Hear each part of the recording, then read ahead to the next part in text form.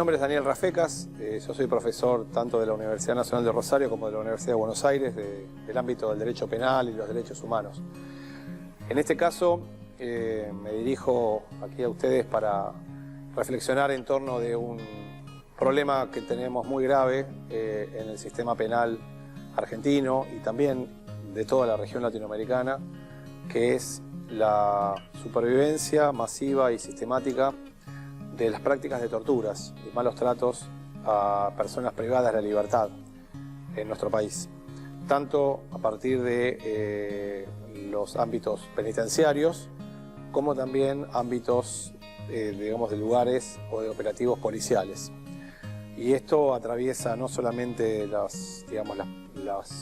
agencias que pertenecen a cada una de las provincias, sino también en el ámbito federal, ¿no? Que tenemos un servicio penitenciario federal y las fuerzas de seguridad, digamos, que dependen del Estado Nacional. Yo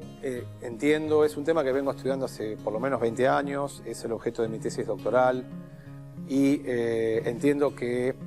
lamentablemente es una herencia muy pesada y muy grave hasta la actualidad de prácticas que provienen de la última dictadura. Como todos sabemos, especialmente a partir de los juicios de lesa humanidad masivos que se llevaron adelante y se siguen llevando adelante a lo largo y lo ancho del país respecto de crímenes de lesa humanidad cometidos durante la última dictadura, hoy sabemos claramente que especialmente policías federales, provinciales, penitenciarios, miembros de todas las fuerzas de seguridad y por supuesto de las Fuerzas Armadas, bueno, impusieron tortura de modo masivo a decenas de miles de personas, especialmente en los llamados centros clandestinos, ¿no? En todo el país. Bien, a partir del 84, con la restauración de la democracia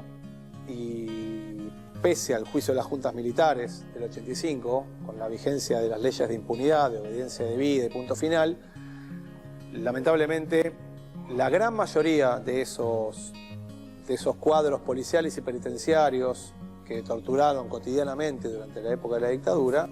se mantuvieron dentro de las fuerzas, dentro de las filas de las agencias policiales, penitenciarias, y por lo tanto, lógicamente, como era de esperar, esas prácticas de tortura continuaron de modo masivo y sistemático. Ahora, respecto de presos comunes, ¿no? Durante la época de la dictadura fueron impuestas básicamente a presos políticos. A partir de la restauración de la democracia a mediados de los 80, los métodos y las prácticas de tortura sistemáticas en cárceles, comisarías, operativos, va a pasar a ser respecto de presos comunes. Evidentemente la reforma del artículo del delito de torturas en 1984, por parte del presidente Alfonsín, el Parlamento de ese momento, llevando la escala penal del delito de torturas al equivalente a la pena del homicidio, con una pena de 8 a 25 años, no fue factor disuasivo para estas prácticas aberrantes. Y de modo tal de que entonces yo insisto en que se trata este problema que tenemos actualmente de lo que se llama la violencia institucional, es el problema más acuciante y más urgente que tenemos que resolver dentro del sistema penal, porque tenemos que tener en cuenta en este punto cuáles son los valores y los bienes jurídicos que se ven afectados cada vez que en una sede policial o en una cárcel o adentro de un camión celular o en la vía pública incluso se tortura a una persona detenida. Los bienes jurídicos son la dignidad de la víctima, muchas veces la libertad de desplazamiento, porque ese acto de tortura muchas veces ocurre en el marco de una detención ilegal, y muchas veces, lamentablemente, también es la vida como bien jurídico, porque ese acto de tortura no son pocos los casos, en estos últimos 35 años, que desembocan en la muerte de la víctima a partir de la ferocidad o de la brutalidad o del propio método de tortura, que es un método prácticamente homicida, ¿no? De modo tal de que, en definitiva, los valores y bienes jurídicos que se afectan a partir de estas prácticas son los más importantes de un Estado constitucional de derecho. La vida, la dignidad y la libertad. Con el agravante además que en este caso que los autores que cometen estos delitos lo hacen en nombre de toda la sociedad, lo hacen en nombre del Estado Nacional, son funcionarios públicos, son funcionarios que están actuando en el desempeño del cargo, en el ejercicio de la función, y por lo tanto también están atentando contra, bueno, la correcta administración pública, ¿no? El desempeño de los funcionarios en el ejercicio de la función. De modo tal de que esta cuestión debería estar en el máximo nivel de la agenda de la política criminal de un Estado de Derecho. Creo al mismo tiempo que la justicia argentina en los últimos 10 años viene dando señales muy claras de que vamos en camino a un nunca más también de las prácticas de tortura en democracia. Ha habido una serie de fallos muy importantes que en realidad el puntapié o el punto de partida lo ha dado la Corte Interamericana de Derechos Humanos, por ejemplo con los fallos Bueno Alves en 2007 y Bayarri en 2009 aproximadamente. La Corte Suprema de Justicia también ha hecho lo propio en el caso de Ezequiel de Monti en el año 2012, que también dejó firme un fallo de condena por torturas en ese caso. Pero en definitiva, digamos, más allá de la actuación de la justicia o digamos la severidad de la pena, lo que subyace aquí es una cuestión cultural, ¿no? Es decir, preguntarnos como sociedad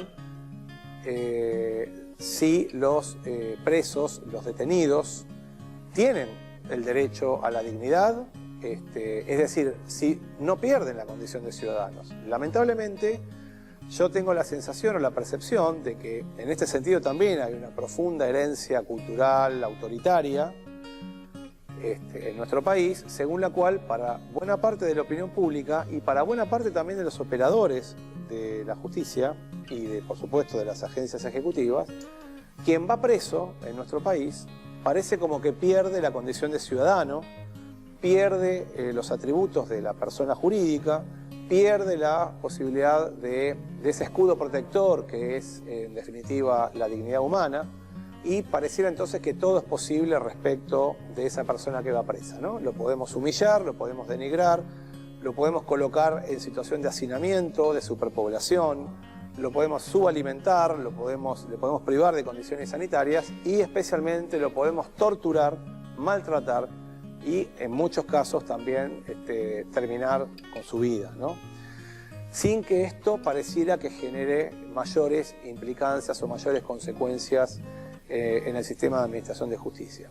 Entonces, digamos, se trata de una situación más compleja y más vasta, por afuera incluso del sistema penal. Tenemos que trabajar este tema desde una perspectiva cultural, concientizar a la opinión pública y capacitar a todos los integrantes de las agencias del sistema penal